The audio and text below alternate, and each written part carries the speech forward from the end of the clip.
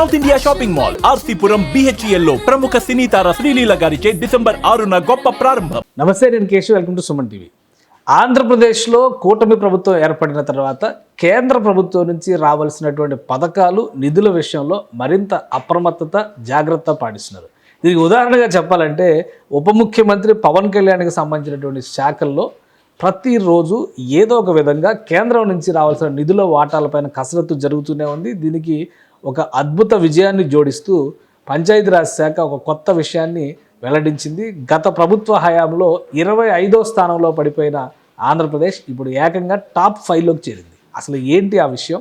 ఏ విధంగా పంచాయతీరాజ్ శాఖ ఈ ఘనతను సాధించింది? ఈ అంశాన్ని విశ్లేషించేటువంటి ప్రయత్నం చేద్దాం. మనతో పాటు చంద్ర శ్రీనివాస్ గారు, పొలిటికల్ అనలిస్ట్. చంద్ర శ్రీనివాస్ గారు నమస్కారం. నమస్కారం అండి. ప్రభుత్వం ఒక స్కీమ్ అమలు చేయడం అంటే, ఇప్పుడు కేంద్రం అమలు చేయాలంటే ఇక్కడ రాష్ట్ర ప్రభుత్వాల మీద డిపెండ్ అవ్వాల్సిందే.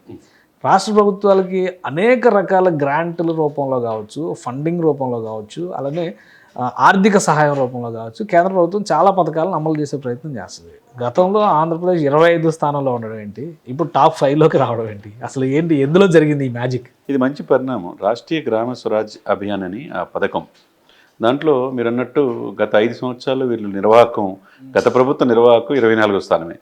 అంటే దేశంలో 24వ స్థానం అంటే చూడండి, 29లో 24 అంటే చివరి నుంచి 5వ స్థానం. అటువంటిది ఇప్పుడు మీరు అన్నట్టు అంటే ఒక సమర్థవంతమైన వ్యక్తి ఒక బాధ్యతను తీసుకుంటే ఎలా ఉంటుందో 5 నెలల్లో 5 సంవత్సరాలు వాళ్ళు చూపించలేనిది పవన్ కళ్యాణ్ గారు ఆ శాఖ మంత్రిగా 5 నెలల్లో చూపించాడు. చూపించడమే కాకుండా 24వ స్థానం నుంచి 4వ స్థానానికి రావటం అంటే మామూలు విషయం కాదు.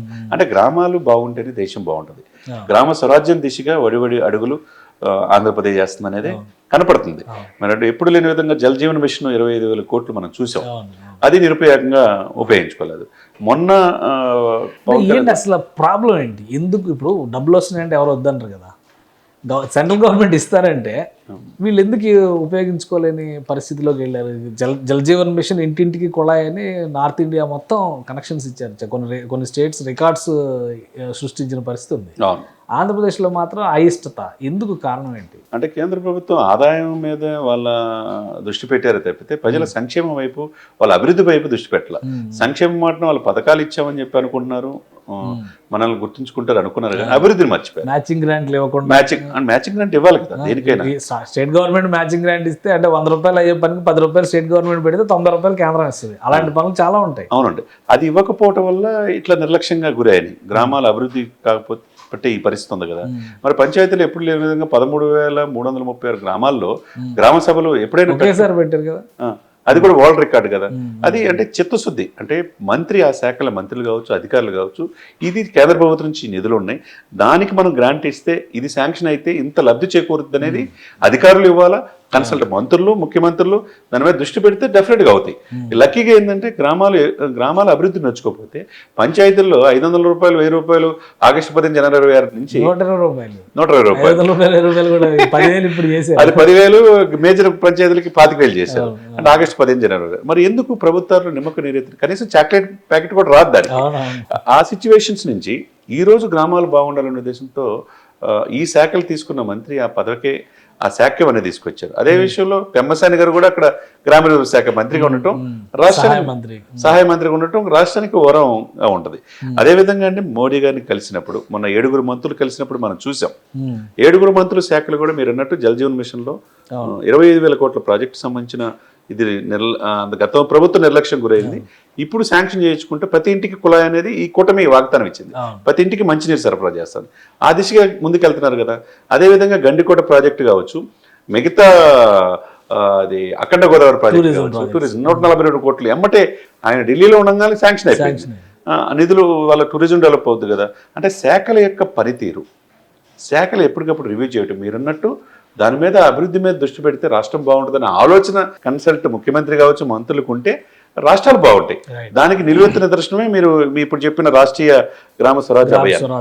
24వ స్థానం దేశంలో ఉన్నదాన్ని 4వ స్థానంలోకి 5 నెలలు తెచ్చుకున్నామంటే రేపు ఇంకా ఈ 4 సంవత్సరాల పీరియడ్ ఇదంతా ఈ 4-5 నెలల్లోనే ఈ ఇంప్లిమెంటేషన్ ఇదంతా కూడా డిప్యూటీ సీఎం గారి ఆదేశాల మేరకు జరిగినటువంటి ప్రక్రియ. అంతే కదా. ఎక్కడో కేరళలో ఉన్న 65 ర్యాంకు ఉన్న కృష్ణతేజని తీసుకొచ్చినారు. ఎందుకంటే గ్రామీణాభివృద్ధి మీద ఆయన పర్యాటకం, మిగతా పంచాయతీరాజ్ మొత్తం ఒక కేరళను ఒక ఆదర్శంగా తీసుకెళ్ళాడు టూరిజం దాంట్లో. కాబట్టి అటువంటి ఆఫీసులు డిప్యూటేషన్ మీద ఇక్కడ తీసుకురావటం, మిగతా సమర్థవంతమైన ఆఫీసులకు ఆ పని కనుక అప్పచెప్తే డెఫినెట్గా రాష్ట్రానికి మనం చేయాలనే తపంతో పనిచేస్తాం. ఒక ఆయన తెలుగు రాష్ట్రానికి చెందిన వ్యక్తి కాబట్టి అటువంటి అధికారులు కావచ్చు, ఇటువంటి మంత్రులు కావచ్చు, ముఖ్యమంత్రి 4.5 దశాబ్దాల అనుభవం కావచ్చు, అన్ని కలిసి ఇక్కడ కలెక్టివ్గా పనిచేయబట్టి వాళ్ళు 5 సంవత్సరాలు చేయలేంది 5 నెలలు చేసి 4వ స్థానానికి ఎగబాగటం అంటే ఒక సువర్ణాధ్యాయంగా మనం దీన్ని థ్యాంక్ యూ చంద్రశ్రీనివాస్ గారు విశ్లేషణ అందించినందుకు. ఇది ఆంధ్రప్రదేశ్ ప్రభుత్వం కేవలం 5 నెలల్లో గ్రామీణాభివృద్ధి విషయంలో కేంద్రం ఇచ్చినటువంటి గ్రామ స్వరాజ్ అభియాన్లో టాప్ 5 పొజిషన్స్లోకి రావడం అనేది ఒక రికార్డుగానే చూడాల్సి ఉంటుంది. ఒకే రోజు 13,326 గ్రామ పంచాయతీలకు సభలు నిర్వహించడం, దాన్ని ఒక వరల్డ్ రికార్డుగా మార్చినటువంటి డిప్యూటీ సీఎం పవన్ కళ్యాణ్ ఈ స్కీమ్ను అమలు చేయడంలో కూడా అంతే వేగంతో దేశం దృష్టిని ఆకర్షించినట్టుగా చంద్రశ్రీనివాస్ గారు విశ్లేషిస్తున్నారు. ఇది special discussion. Keep watching. Suman టీవీలో మీ పర్సనల్ అండ్ బిజినెస్ ప్రమోషన్స్ కోసం కింది నెంబర్కి కాంటాక్ట్ చేయండి.